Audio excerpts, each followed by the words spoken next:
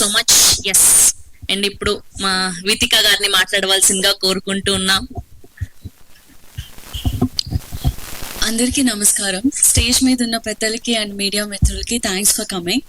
And event కి obvious గా నేను సందేశ్ గురించే వచ్చాను యాజ్ అ గెస్ట్ గా. అండ్ కానిస్టేబుల్ అనే సినిమా లాంటి సినిమాలు చాలా అరుదుగా వస్తాయి. లైక్ మెసేజ్ ఓరియంటెడ్, అంటే మన సోషల్ ఇష్యూస్ పైన ఒక సినిమా తీయడం అనేది చాలా గట్స్ ఉండాలి. Thank you Aryan for choosing Sandesh and ఇలాంటి ఒక సబ్జెక్ట్ ఎంచుకున్నందుకు.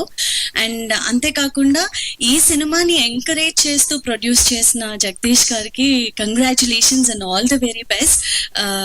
అండ్ అందరూ వచ్చి నాకు మీ ఆయన చాలా బాగా తయారయ్యారు, అసలు హ్యాపీ డేస్ కి, కొత్త బంగారు లోకానికి, తర్వాత ఎన్ని సినిమా, ఒక్కొక్క సినిమాకు ఒక్కొక్క డిఫరెంట్ క్యారెక్టర్ కాబట్టి దాంట్లో ఇన్వాల్వ్ అయిపోతూ ఉంటారు. నేను కూడా ఇప్పుడు ట్రైలర్ చూసి I felt so happy because you know cinema చూస్తున్నప్పుడల్లా మనకి ఒక్కొక్క సినిమాకి వరుణ్ సందేశ్ అని అందరికీ తెలుసు, బట్ యాజ్ అ కానిస్టేబుల్ గా చూడడం అనేది నాకు చాలా బాగా అనిపించింది.